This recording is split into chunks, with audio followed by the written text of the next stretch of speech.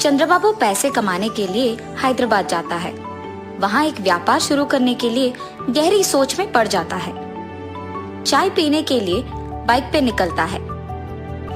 Circle के पास traffic police कुछ लोगों को समझाते रहता है। उसी तरफ जाते हुए चंद्रबाबू को पुलिस पकड़ लेता है। सर क्या हुआ, आपने मुझे क्यों पकड़ा? तुमने हेलमेट नहीं पहना और वो कानून के खिलाफ है, इसीलिए मैंने तुम्हें रोका है। गलती हो गया है सर, इस बार के लिए माफ कर दीजिए। ठीक है, फाइन भर के जाओ। फाइन कितना है सर? 500। उसके बाद चंद्रबाबू चाय पीने के लिए जाता है। चाय पीते हुए उसे एक विचार आता है, वैसे तो मैं यहाँ एक व्यापार शुरू करने के लिए आया हूँ ना, तो क्यों ना मैं एक हेलमेट का दुकान खोलूं। चंद्रबाबू का दुकान तैयार हो जाता है और खुलने के बाद हर रोज बहुत सारे ग्राहक आते हैं। इसीलिए वो एक भरोसेमंद को दुकान में काम करने के लिए लगाता है। उसका नाम संतोष है। मैं बाहर काम पे जा रहा हूँ संतोष। जी साहब, मैं यहाँ दुकान संभालूंगा। ऐसे कुछ दिन बीत जाते हैं। उसका व्यापार अच्छा चल रहा था और बहुत लाभ भी आता है। लाभ को देख संतोष लालची बन जाता है। हमेशा की तरह चंद्रबाबू जब कुछ काम पे बाहर जाता है तो उस समय में संतोष कुछ पैसे चुरा लेता था दुकान से और चंद्रबाबू को कोई शक नहीं होता है। ऐसे ही कुछ दिन गुजर जाते हैं।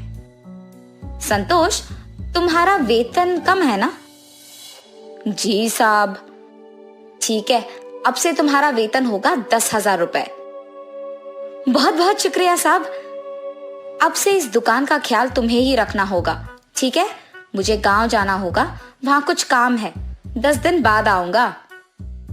जी साहब, आप कहने तक मैं दुकान का बहुत अच्छा ख्याल रखूंगा।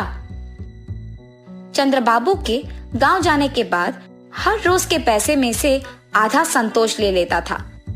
10 दिन बाद चंद्रबाबू उसकी बेटी के साथ हैदराबाद आता है और सीधा उसकी दुकान पहले जाता है। इन 10 दिनों में कितने पैसे आए हैं संतोष? 50,000 साहब। अरे ऐसे कैसे?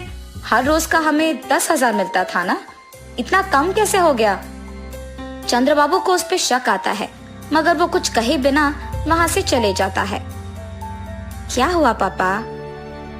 कुछ नहीं बेटी, मेरे गांव आने से पहले हमारा दुकान लाभ में चल रहा था, लेकिन इन 10 दिनों में बहुत कम हो गया है। लगता है कि हेलमेट ज्यादा नहीं बिक रहे। पापा, शायद संतोष कुछ पैसे ले रहा है। अरे नहीं नहीं, वो ऐसे नहीं करेगा, बहुत ईमानदार है वो।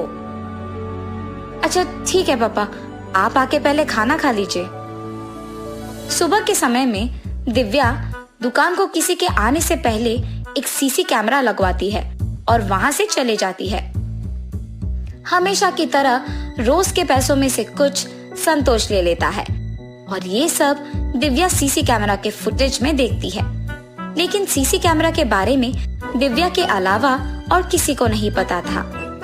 दिव्या उसके पिता को ये सब दिखाती है और चंद्रबाबू को बहुत गुस्सा आता है।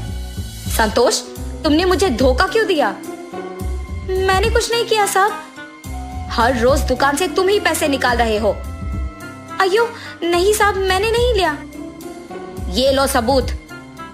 उसे देख संतोष के मुंह से एक शब्द नहीं निकलता है। मुझसे बहुत बड़ी गलती हो गई है साहब, मुझे माफ कर दीजिए।